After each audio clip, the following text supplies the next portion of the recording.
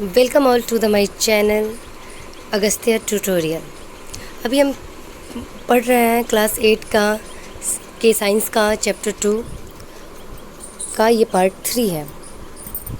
पहले हमने micro organism friend and fro, तो ये हमने इसकी स्टार्टिंग कर दी थी। हमने 2 पार्ट पढ़ भी लिया था। अब हम शुरू करेंगे यहाँ से, और वो है commercial use of micro organism.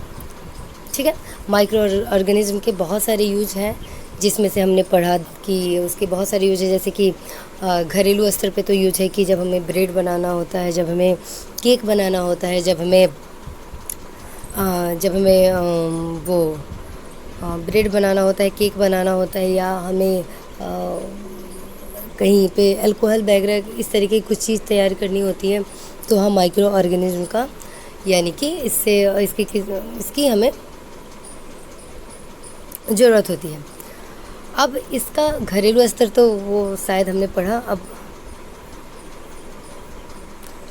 हाँ, हम लोगों ने पढ़ लिया कि माइक्रो ऑर्गेनिज्म और यानी कि हमारे और माइक्रो ऑर्गेनिज्म के बीच में क्या रिश्ता है या कैसे हम उसका यूज करते हैं।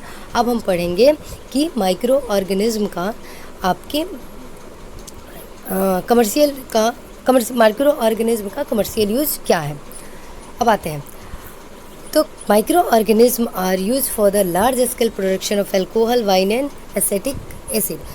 माइक्रो ऑर्गेनिज्म जो होते हैं उनको हम बहुत बड़े स्तर पे, यानी कि बहुत ही बड़े स्तर पे अल्कोहल बनाने में, वाइन बनाने में, या एसिटिक एसिड जिसे हम आम बोलचाल में विनेगर कहते हैं, इसके लिए यूज करते हैं। अब आता है east. East is use for commercial production of alcohol and wine. जब हम वाइन बनाते हैं या फिर अल्कोहल बनाते हैं तो उसके लिए भी हम ईस्ट का यूज़ करते हैं। For this purpose east is grown on natural sugar present in grain, barley, wheat, rice, crust fruit juice. अब ये हमारा जो ईस्ट है वो कहाँ से आया? तो वो ग्रोन होता है, कहाँ ग्रोन होता है? शुगर जो प्रेजेंट होता है हमारे, बार्ली मतलब जौ, व्हीट मतलब गेहूँ, राइस मतलब चावल, क्रस्ट फूड मतलब जो जूस वगैरह है, वहाँ पे हमें शुगर जो प्राप्त होता है वहाँ से ईस्ट को हम ग्रोन करते हैं। अब इसके लिए हम एक एक्टिविटी करते हैं, एक्टिविटी 2.4।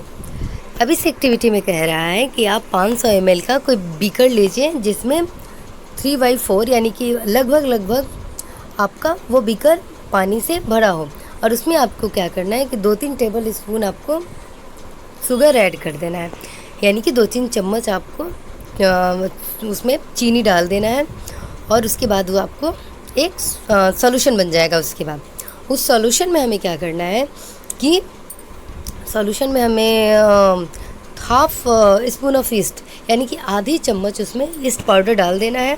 फिर तीनों जो पानी है, शुगर है, चीनी है और ईस्ट है, तीनों को सॉल्यूशन को हमें मिला लेना है। उसके बाद क्या करना है हमें कि इसको 4-5 घंटे के लिए ढक के और कहीं गर्म जगह पे, जहाँ पे ठंडी ना हो, मतलब गर्म हो, थोड़ा वार्म हो, वहाँ पे इसको छोड़ देना है। अब हमें क्या करना है कि 4-5 घंटे बाद जाके हमें देखना है कि इसमें कैसी स्मेल आ रही है। ठीक है, अब जब आप जाके 4-5 घंटे बाद देखोगे तो उसमें कैसी स्मेल आएगी? अल्कोहल की स्मेल आएगी, क्योंकि जो शुगर होता है, शुगर में जो हमने ईस्ट डाला था ना, उसने उस शुगर को अल्कोहल में क्या कर दिया था? कन्वर्ट कर दिया था। यानी कि ईस्ट की आवश्यकता हमें पड़ती है। क्यों पड़ती है? ताकि शुगर को हम अल्कोहल के में कन्वर्ट कर सकें।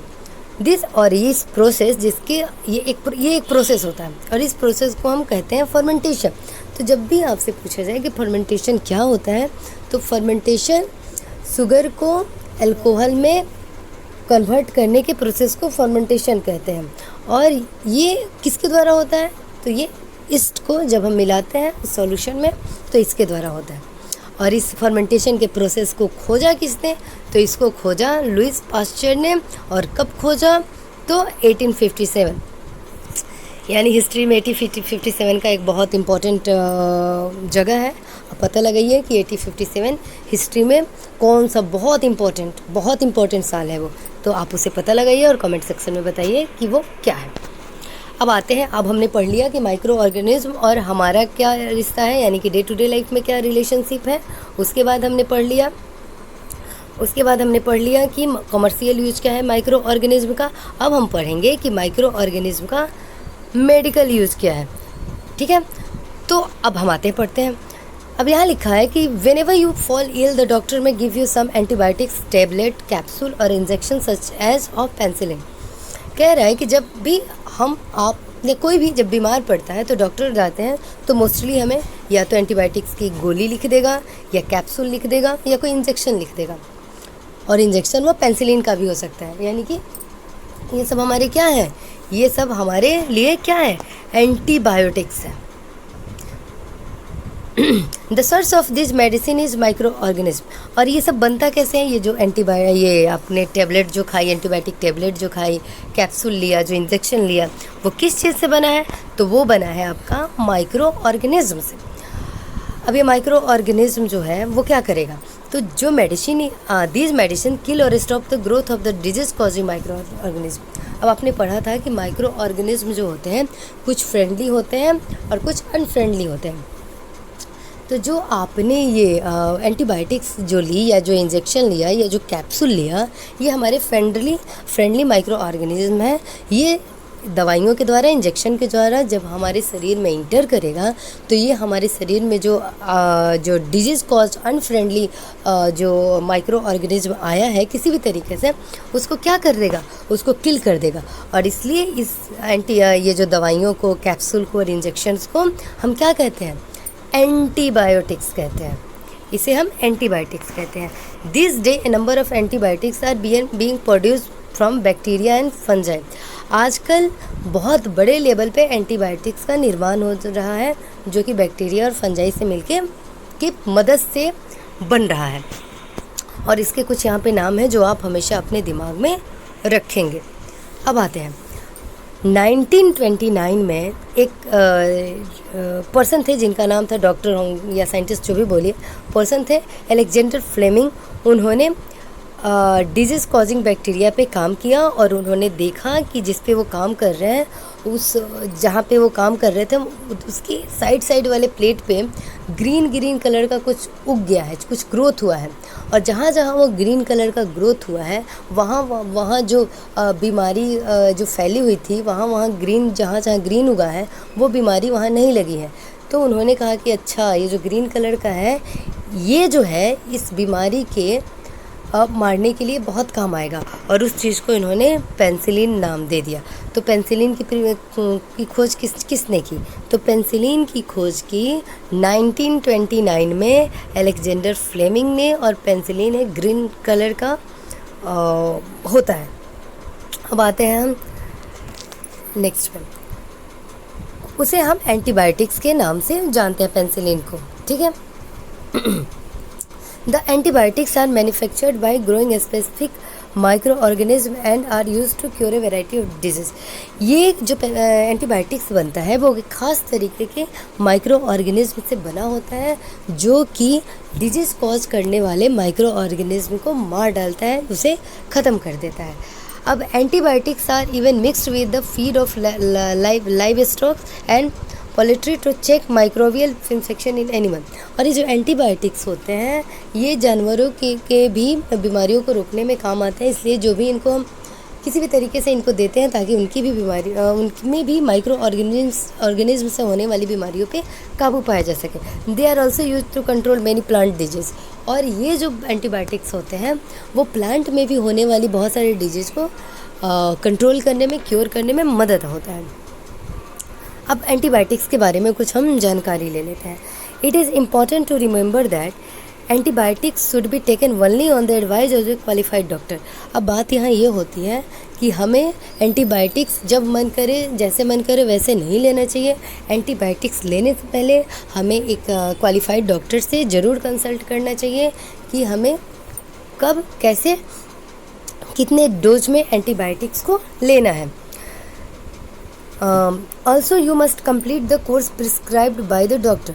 और जो डॉक्टर एडवाइज करते हैं कि आपको इतनी गोलियां लेनी है, इतने समय के लेनी है, इतना डोज लेना है, तो आपको वो कोर्स जो होता है उतना, जो आपको दवाइयाँ जितनी मिली होती हैं, डॉक्टर बताते हैं जितने समय के लिए बोलते हैं, उतना आपको वो फॉलो करना चाहिए। अगर आप इन एंटीबायोटिक्स को जितनी ज़रूरत है या गलत तरीके से, एक तो आप जितनी ज़रूरत है आप उतना नहीं लेते, या आप गलत तरीके से लेते हैं, तो ये क्या करेगा कि आपके शरीर के लिए जब फ्यूचर में आपको इस एंटीबायोटिक्स की ज़रूरत होगी तो आपके शरीर के लिए क्या हो जाएगा, लेस इफ़ेक्टिव हो जाएगा। यानी कि जब आपको फ्यूचर में कभी ज़रूरत पड़ेगी और इसी एंटीबायोटिक की, जिस एंटीबायोटिक का आपने या तो गलत डोज में लिया है या गलत रॉन्ग तरीके से लिया है या उसकी कोर्स आपने कंप्लीट नहीं की है, वो क्या होगा कि जब फ्यूचर में आपको कभी ज़रूरत पड़ेगी तो फिर वो आप पे उतना इफ़ेक्टिव नहीं रहेगा जितना अगर आपने उसको सही तरीके से लिया होता, या फिर आपने उसको, इसके डोज को अगर आपने कंप्लीट कर लिया होता, तो वो आपके लिए क्या होगा कि लेस इफेक्टिव हो जाएगा। ऑल्सो एंटीबायोटिक्स टेकन अननेसेसरली में kill the beneficial bacteria in body. अब कहानी ये है कि अगर आपने अननेसेसरी यानी कि नहीं ज़रूरत है फिर भी आप एंटीबायोटिक्स ले रहे हैं, तो वो क्या करेगा, जैसे आपको पहले से पता है कि हमारे शरीर में गुड बैक्टीरिया बैड बैक्टीरिया दोनों होते हैं। गुड बैक्टीरिया वो होते हैं जो कि हमारे शरीर को बहुत सारे खाने वाने पचने वचने में, ये सब में बहुत काम आते हैं, और बैड जो बीमारी वगैरह कॉज करते हैं, तो वो क्या करेगा एंटीबायोटिक हमारे शरीर के अंदर जाके कि वो हमारे शरीर में जो गुड बैक्टीरिया है उसको मार देगा, और उसके बाद क्या होगा कि हम बीमार हो जाएंगे। तो हमें क्या करना चाहिए कि अननेसेसरी यानी जब ज़रूरत ना हो तो हमें एंटीबायोटिक्स लेने से बचना चाहिए। Antibiotics however are not effective against cold and flu as these are caused by virus. अब एंटीबायोटिक्स होता है वो कोल्ड में और फ्लू में काम नहीं आता है। क्यों काम में नहीं आता? क्योंकि ये बैक्टीरिया से नहीं है, वायरस से हुआ होता है, ठीक है। तो इसलिए एंटीबायोटिक्स कोल्ड और फ्लू में इफेक्टिव नहीं आता है। अब हमने ये पढ़ लिया, अब हम पढ़ेंगे वैक्सीन के बारे में कि वैक्सीन क्या होता है। अब एक क्वेश्चन यहाँ पे दिया है, वो है कि why are children infant given vaccination. Question इनका ये है कि जो बच्चे हैं या जो छोटे बच्चे हैं, इन्फेंट हैं, उनको वैक्सीनेशन क्यों किया जाता है। जब बच्चे जन्म लेते हैं तो जन्म लेते ही उनके लिए वैक्सीनेशन कार्ड बनता है, फिर समय डॉक्टर बताते हैं कि 1 सप्ताह पे, 2 सप्ताह पे, 1 महीने पे, 1.5 महीने पे, या कुछ सालों तक, 10-15 सालों तक, मतलब जब भी ज़रूरत होती है डॉक्टर एक कार्ड बना के आपको दे देता है कि इस वैक्सीन को आपको इतने समय पे लेना होता है। तो ये बच्चा सोच रहा है कि आखिर इन बच्चों को, इन्फेंट को वैक्सीन की ज़रूरत क्यों पड़ गई, ठीक है। अब हम पढ़ते हैं कि क्यों ज़रूरत पड़ गई। When a disease carrying microbes enter our body, the body produce antibiotics to fight the invader। कह रहा है कि जब बीमारी पैदा करने वाला कोई माइक्रोब्स जब हमारे शरीर में इंटर करता है तो हमारा शरीर क्या प्रोड्यूस करता है, एंटीबॉडीज़। जैसे ही वो घुसा बीमारी पैदा करने वाला माइक्रोब, तो हमारा शरीर एंटीबॉडी लेके एंटीबॉडी को तैयार कर देता है कि जाओ कोई इन्वेडर आया है, यानी कि कोई घुस गया हमारे शरीर में। The body also remember how to fight the microbe if it enter again. और इससे अब शरीर, अगर ये जो इन्वेडर है, जो ये माइक्रोब है जो घुसा है बीमारी पैदा करने के लिए, अगर वो पहले भी कभी हमारे शरीर में इंटर लिया होगा तो हमारे शरीर को याद रहता है कि ये पहले भी आया है, और वो क्या करेगा कि एंटीबॉडीज़ को रेडी कर देगा और एंटीबॉडीज़ उसको मार देंगे। अब वो कैसे हमारे शरीर को पता चलेगा कि ये जो इन्वेडर है वो पहले आया है? तो इसके लिए हम क्या करते हैं बहुत पहले कि इफ़ डेड और weakened microbes are introduce into a healthy body, the body fight and kills the invading bacteria by producing suitable antibody. कह रहा है कि अगर पहले से कभी फ्यूचर में, अगर हमारे पास्ट में अगर हमारे शरीर में जिस तरीके का माइक्रोब्स अभी एंटर किया है, वैसे डेड और थोड़ा कमज़ोर अगर माइक्रोब्स अगर हमारे शरीर में कभी पास्ट में आया हो और हमारे शरीर ने उससे कभी लड़ा हो, तो उसको याद रहेगा कि अच्छा ऐसा कभी पास्ट में हुआ था। तो फिर वो क्या करेगा कि, और उस समय पास्ट में उसने एंटीबायोटिक बॉडी बनाई होगी उससे लड़ने के लिए, तो हमारे शरीर में एक मैकेनिज्म है कि वो इस चीज़ों को याद रखता है। और अगर फ्यूचर में उसी तरीके की कोई बैक्टीरिया, उसी तरीके का कोई माइक्रोब्स एंटर होता है, तो वो अपने यादाश्त को दुरुस्त करेगा और फिर उसको मार गिराएगा। The antibodies remain in the body and we are protected protected from the disease causing microbes forever. इसीलिए क्या होता है कि वो एंटीबायोटिक याद है और फिर उसने उसको मार दिया जो इन्वेडर आया, तो हमारा शरीर क्या होता है, वो डिजीज कॉजिंग जो माइक्रोब्स है उससे वो बच जाता है। This is how a vaccine work. और ऐसे ही वैक्सीन काम करता है। ये वैक्सीन का काम करने का क्या होता है, प्रोसेस होता है। वैक्सीन के थ्रू हम क्या करते हैं कि मरे हुए माइक्रोब्स और या फिर थोड़ा बहुत कमज़ोर माइक्रोब्स को हम शरीर में एंटर करवा देते हैं। जिस बीमारी की वैक्सीन हमें लगानी होती है उसके मरे हुए माइक्रोब्स को या कमज़ोर माइक्रोब्स को हम शरीर में एंटर करवा देते हैं। तो हमारा शरीर क्या होता है, प्रोड्यूस करने लगता है एंटीबॉडीज़। ठीक है, एंटीबॉडीज़ जैसे ही प्रोड्यूस किया उस मरे हुए माइक्रोब्स को या कमज़ोर माइक्रोब्स को जो बीमारी कॉज करेगा उसको वो मार के भगा देता है और फ्यूचर में याद रखता है कि देखो ऐसा कोई माइक्रोब्स आए ना तो आपको मार के गिरा देना है। ठीक है, तो इसी के लिए हम वैक्सीन के तहत उस वीकेंड और डेड माइक्रोब्स को हमारे शरीर में डालते हैं। यही वैक्सीनेशन प्रोसेस होता है। Several disease including cholera, tuberculosis, small pox and hepatitis can be prevented by vaccination. और ये कुछ बीमारियां हैं जिसे हम वैक्सीनेशन के थ्रू ठीक करते हैं। अब याद रखेंगे कि ये स्मॉल पॉक्स की वैक्सीनेशन किसने खोजी, तो स्मॉल पॉक्स जिसकी वैक्सीनेशन एडवर्ड जेनर ने खोजी और उन्होंने खोजी 1798 में। In childhood you must have been given injection to protect yourself against several disease. आप अपने बचपन में आपको बहुत सारे इंजेक्शन्स दिए जाते हैं कि आपको बहुत सारी बीमारियों से बचाई जाए। वही मैंने पहले बताया था ना कि ये एक जो इंजेक्शन्स का जब जन्म होता है बच्चे का तो एक कार्ड बना दिया जाता है, वैक्सीनेशन कार्ड, कि ये आपको वैक्सीनेशन इसी समय पे इतने समय अंतराल के बाद आपको लेना है। तो इसी की बात हो रही है। Can you prepare a list of this disease. क्या आप इस बीमारियों के बारे में एक लिस्ट बना सकते हैं। अगर आपको नहीं समझ में आ रहा तो आप अपने पेरेंट्स की मदद लीजिए। It is essential to protect all children against this disease. ये बहुत ज़रूरी है कि सारे बच्चों को इस बीमारियों से क्या किया जाए, बचाव किया जाए। Necessary vaccination are available in nearby hospital. अब प्रॉब्लम ये है कि ये वैक्सीन जो है वो मिलेगा कहाँ, तो कोई भी जो आपके आसपास की हॉस्पिटल्स होती हैं वहाँ पे आप इसे आसानी से ले लेंगे। You might have been seen the advertisement on TV and newspaper regarding protection of child against polio under the plus polio program। आपने टीवी पे देखा होगा या फिर न्यूज़पेपर में देखा होगा कि पोलियो की वैक्सीन की एडवर्टीजमेंट दी गई होती है। किसके, एक प्रोग्राम आया था, उस प्रोग्राम का नाम था प्लस पोलियो प्रोग्राम, जिसके अंदर हमारे जितने बच्चे हैं उनको वैक्सीन किया जा रहा था, drop to children are actually vaccine. और ये जो पोलियो ड्रॉप था वो एक्चुअली इंजेक्शन नहीं, ये लिक्विड फॉर्म में क्या था, वैक्सीन था। ठीक है, तो ये वैक्सीन था। A worldwide campaign against smallpox has finally led to its eradication from most part of the world.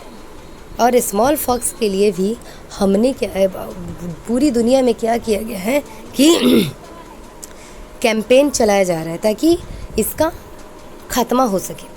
These day vaccine are made on a large scale from microorganism to protect human and other animals from several disease। अब क्या है कि दुनिया में नई नई बीमारियाँ हो रही है, नई बीमारियाँ आ रही है। अभी देखना आपने कि अभी कोरोना आके ही गया है। ऐसी बहुत सी ऐसी बीमारियाँ हो रही हैं जो आजकल आ रही हैं। तो क्या हो रहा है कि इन सारी बीमारियों को ख़त्म करने के लिए हमारे डॉक्टर, साइंटिस्ट जो भी हैं वो लगे हुए हैं कि उन बीमारियों के खात्मा के लिए जो वैक्सीन है उसको जल्द से जल्द ईजाद किया जाए ताकि हमारे जो आसपास के ह्यूमन है, एनिमल है, प्लांट है, जो भी हैं उनको बचाया जा सके। ठीक है, आज के लिए बस इतना ही। अगला इंक्रीजिंग सॉइल फर्टिलिटी ये नेक्स्ट पार्ट में होगा और वो होगा पार्ट 4 वीडियो का। तो thank you so much for watching this channel. Thank you so much, bye.